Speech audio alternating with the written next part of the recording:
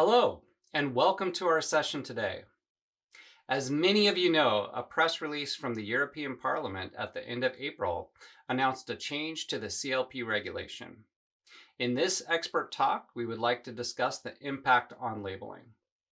My interview guest is Ronnie Siebler, Head of Professional Services at OPAL Associates AG. And my name is Colby Kavanaugh. I'm the Head of Marketing here at Siegel Scientific. The new proposal, COM 2022-748, aims to improve the European Union's CLP regulation. This is the regulation on classification, labeling, and packaging of substances and mixture. Here are the main reasons and objectives for this proposal. Number one, insufficient protection. The current CLP regulation does not adequately protect humans and the environment from the inherent hazards of certain chemicals that are freely marketed in the EU internal market. This concerns in particular chemicals which are endocrine disrupting, persistent, bioaccumulative, and toxic, very persistent and very bioaccumulative, and persistent, mobile, and toxic properties. Number two is the harmonization and risk management.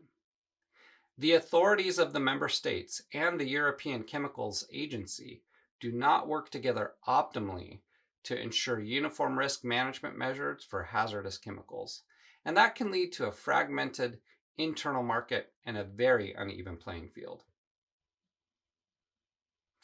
And the third is really around suboptimal communication. So communication on chemical hazards is inadequate, leaving consumers and businesses without a solid information to make their purchasing decisions and minimizing environmental and health risks. This proposal aims to classify hazardous chemicals appropriately and homogeneously across the EU and improve communication on chemical hazards. So Ronnie, let's get to our questions. The first question that I have for you is, what are the key changes of the proposal? First of all, let me say hello to the audience. It is an honor to be here in this expert talk. Colby, as you asked, the three formulated objectives of the EU with this change are: first, better identification and classification of hazard chemicals, improving communication about chemical hazards, elimination of legal loopholes, and reduction of the high volume of violations. The proposal on the table introduces several important changes, such as a uniform procedure for the classification of all hazard chemicals, as well as new hazard classes for specific substances and mixtures.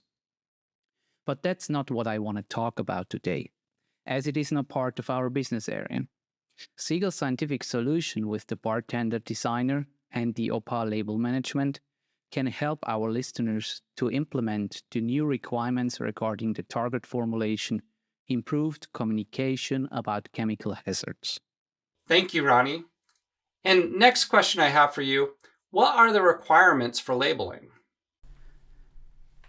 We see two major changes which will force the chemical industry to rethink or at least adjust the labeling. The first change concerns the requirement for font sizes and spaces between two lines. The new proposal requires exact compliance with the minimum font size depending on the container size. The font size is defined by the height of the smallest X character in millimeters. Newly, a line spacing of 120% is also required.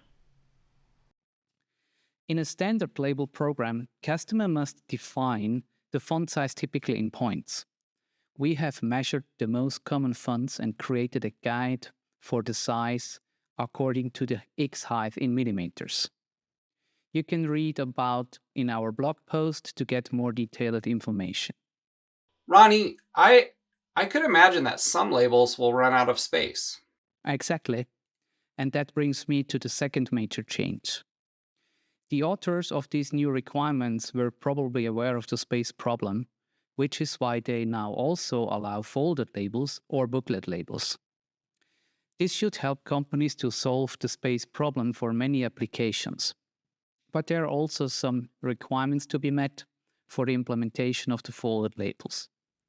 As well, for this, the audience can get here more details about these requirements in the blog area of our webpage. The third, but not that significant change, is that the new CLP regulation takes into account that idea of a digital product passport. The digital information is not intended to replace the physical label, but to supplement it. As the digital product passport is not yet an explicit requirement, we do not see a great need to action here in the near future. Thank you, Ronnie. Do you want to explain to our audience what the DPP is? I'm sorry, but this topic may require a separate expert talk. The time today is too short for this, but the listener of this expert talk can visit our blog area on the webpage, where we provide much more information about the DPP. That's great.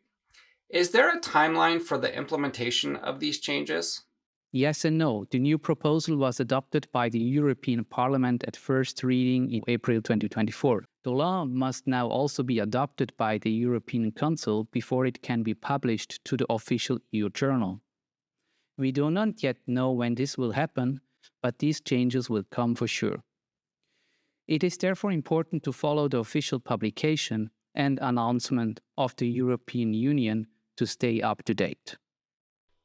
Ronnie, OPAL helps many of its customers to establish an efficient label management system. You've also been in the labeling business and around SAP for over 10 years and bring a wealth of experience in various industries. What are your expert tips for our listeners? Yes, Colby, it has been more years than then, but I'm still learning every day and can be pleasured that our data-driven and flexible label management system has so far met every new requirement. The new CLP regulation will certainly have an impact on layouts and printing processes. It is therefore mainly a label design issue.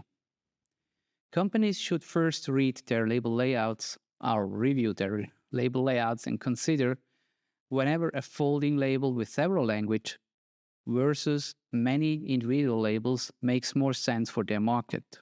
At the same time, it can also be the right time to challenge the capabilities of the design program. Why is that? Because everything will depend on how effective the space on the label can be used. And here Bartender has a few unique selling points that I would like to show to you. The first topic is, since the GH&S pictograms are printed as diamonds, a lot of space is lost on the label. Here Bartender can use the maximum available space with the dynamic text wrapping feature. Another important function is the auto-scaling on the texts, especially because of the new CLP regulation, where our customers must fulfill the minimum height and the line spacing. This functionality can be very helpful. Customers can also adjust the font size and the font scale and the character spacing, which can save spaces as well. The next feature I want to teaser is the individual text formatting with a text box. In the chemical industries, company wants to highlight parts of their text for better readability, for example. In Bartender, it is possible to change the text format per data element, which is a really powerful feature in my opinion. On the last feature in this expert talk, I would like to address the usage of table objects. For example, if a company decides to go with folded labels, this feature will allow them to print multiple languages on the inside pages, row by row. This means that Bartender creates as many pages as required based on a dynamic number of languages. This will allow our customers to cover multiple scenarios with one single template. Wow! I'm surprised myself how much space you can make with these settings. This really adds value for industries that have limited space on the label. There are other features that our customers will love. Firstly, bartender also offered the opinion of writing the text from the right to the left, which is quite helpful for Arabic languages. And secondarily, bartender can also handle so-called soft separators. This means that words are separated correctly and the available space on the label can be even used better. All in all, I can say that you can save a lot of effort with the right label designer. Okay, let's leave that and move on to OPAL and its label management. What advantages do companies have when they use your solution? In addition to the pure design program, Bartender and other designers offers automated solution that can react on various triggers and print a label. A typical trigger is a file that is stored in a monitored folder, so-called hot folder. The file can be an XML or CSV file that contains all the information about the label.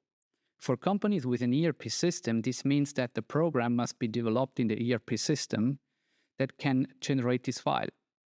This approach is also very common and established in small and medium-sized companies. OPAL provides a label management solution which is an add-on for SAP, ACC, and S/4HANA systems. Mostly larger companies or those with higher requirements and in highly regulated industries reach the limits of what is possible with the previous mentioned approach. Firstly, you need too much time and resources for new label processes and changes, and secondarily, many practical functions like authorizations, archiving, logging, preview functionality are usually missing. With our label management, the customer gets many functionalities out of the box. In addition, we have a standardized procedure for the development of individual label processes that enables developers to define new label processes quickly and easily. On top of that, optional add-ons such as web print clients, partner integration, or the content and alert manager to review and approve label data are really valued by the customers. For the chemical industry especially, we also offer an extension to easily integrate data from SAP EH&S into the label management directly. Simply put, with an OPAL label management, you control the entire label process centrally via SAP. And that was an overview of your products in a nutshell? Yes, there are so far too many advantages and usages scenarios to cover this topic in an expert talk. That's why we use live demos in which we respond to the questions of interested parties and show the concept live on our system. This allows us to demonstrate individually what they can get and expect from our side. Where can I find more information on these topics? We have a nice blog on our website that summarizes the main challenges to labeling. We will, of course, provide to the audience the link to this blog and this expert talk to listen it afterwards. If you would like to get or find out more about the OPAL label management and the possibilities of Bartender Designer, you're kindly invited to register for a live demo via our website. Thank you, Ronnie, for this expert talk. It's been an absolute pleasure. I'm already looking forward to hearing from you again. Thanks to you as well, Colby. It was a pleasure for me to be here.